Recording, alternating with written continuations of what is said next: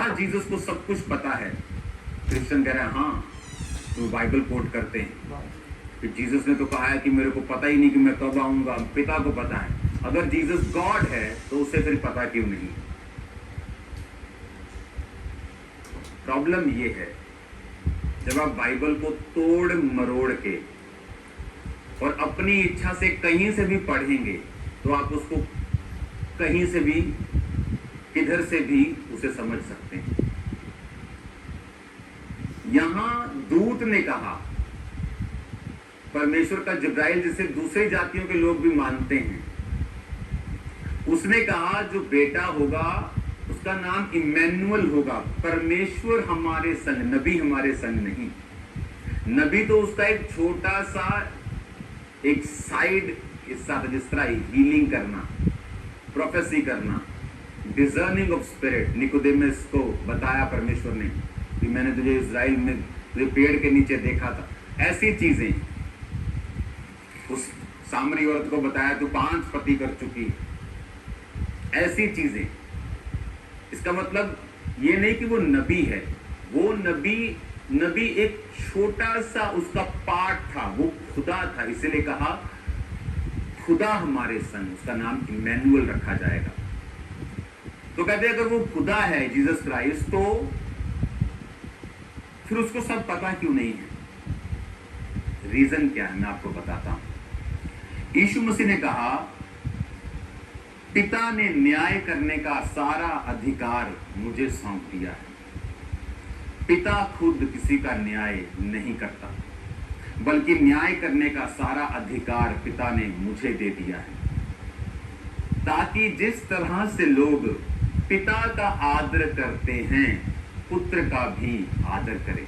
Balance बनाने के लिए जीसस ने कहा जिस तरह पिता सबसे बड़ा है और मैं पिता से निकला हूं, एक बाप, एक मर्द, आप मतलब मर्द की जुबान, मतलब एक जुबान होती है, बाप उसकी एक जुबान, जीसस क्राइस्ट उसकी जुबान, उसका वर्ड देह को धार के धरती पे आया।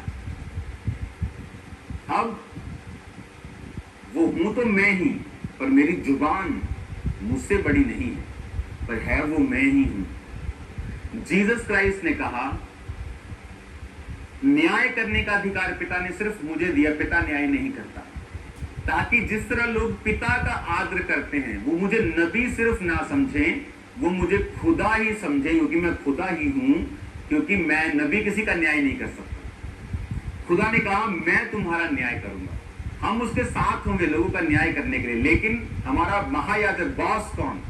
Jesus Christ. कौन बोलेगा सजे हाथ वाले लोगों को जाओ स्वर्ग में, खब्बे हाथ वाले लोगों को, लेफ्ट साइड लोगों को, बकरियों को जाओ नरक में? कौन? जीसस क्राइस्ट, कोई नबी नहीं।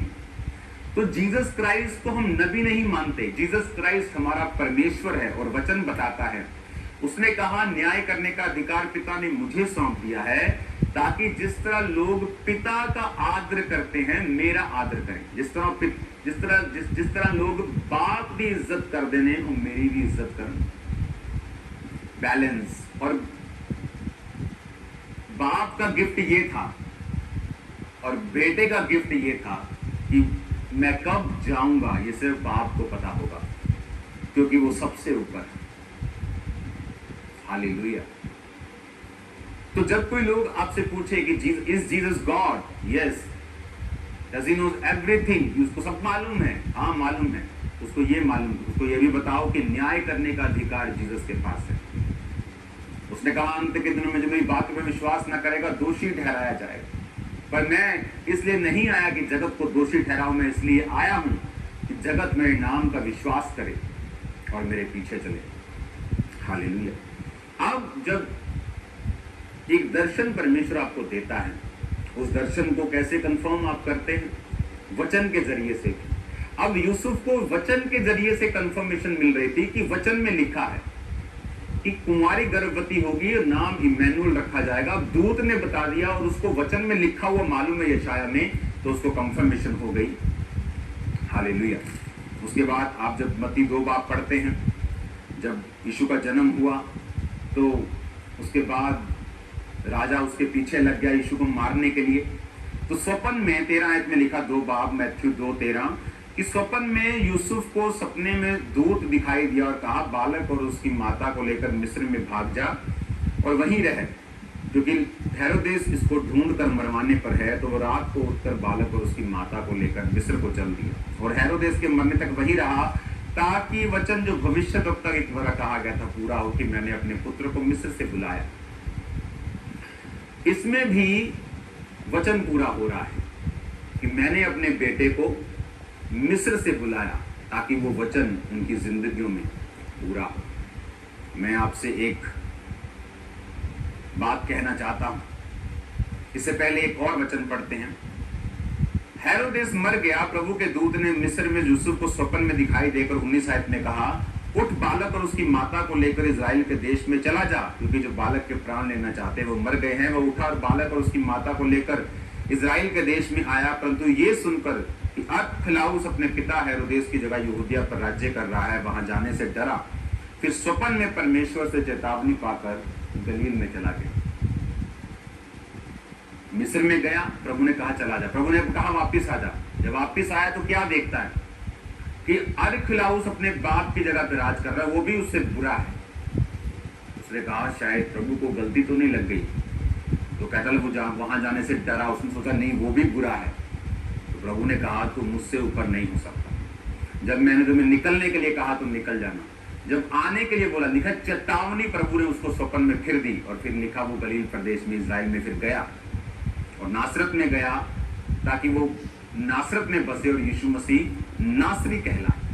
हर एक चीज आप बाइबल में देखते हैं कि परमेश्वर के कंट्रोल में थी। अब्राहम से लेकर दाऊद तक 14 पीढ़ी हुई, दाऊद से लेकर बंदी पहुंचाने तक बेबुलीन तक 14 पीढ़ी, बंदी पहुंचाए जाने के बाद से मसीह तक 14 पीढ़ी। एवरीथिंग अगर आप बाइबल में देखेंगे तो परमेश्वर के कंट्रोल में था। जीसस का जन्म, उसकी सुरक्षा, उसको बचपने से लेके उसके जवानी तक एवरीथिंग परमेश्वर उसके साथ था। वो आपके साथ भी है। आपकी लाइफ एक पिक्चर की तरह है जिसका डायरेक्टर प्रभु यीशु मसीह है। सस्पेंस आ सकते हैं, उतार चढ़ाव आपको लगता है आ सकता है, लेकिन अगर आप परमेश्वर के हाथों में है, all is well, it is well, everything आपके बेस्ट में, आपके लिए बेटर में काम करेगा। आज मैं आपको एक सलाह देना चाहता हूं, वचन से जुड़िए ताकि जब दूत आपके सपने में आए आपको सब स्वप्न। आज मेरा एक टीम मेंबर मेरे पास आया और उसने कहा कि 2022 में आप 10 बार मेरे सपने में आए और मुझे बेटी दी, 10 बार। और उसके 2 बेटे थे और वो टेस्टिमनी दे रहा था कि हमारा कोई प्लान नहीं था, लेकिन आप बार बार सपनों में आते गए और ये परमेश्वर की ओर से आज उनके घर में बेटी का जन्म हुआ। खुदावंद के दूत सपने में आना चाहते हैं, वो काम करना चाहते हैं, लेकिन आपको आने देना होगा, आपको वचन से जुड़ना होगा, जीसस क्राइस्ट के साथ अटैच रहना होगा। आप सेम नहीं रहेंगे यीशु मसीह के नाम। आज से वचन को पढ़िए, वचन के साथ ज्वाइन हो जाइए बिल्कुल करीबी से। और आपको ये मालूम होना चाहिए जब आप वचन के साथ अटैच होंगे परमेश्वर इंटरफेयर करेगा, उसके दूत इंटरफेयर करेंगे, आपको छुड़ाएंगे। God bless you all. मेरा बिलीव है कि आप प्रेयर माउंटेन्स की प्रार्थनाओं को अटेंड कर रहे हैं। मेरा बिलीव है कि आप रोज की रोटी को रोज सुन रहे हैं।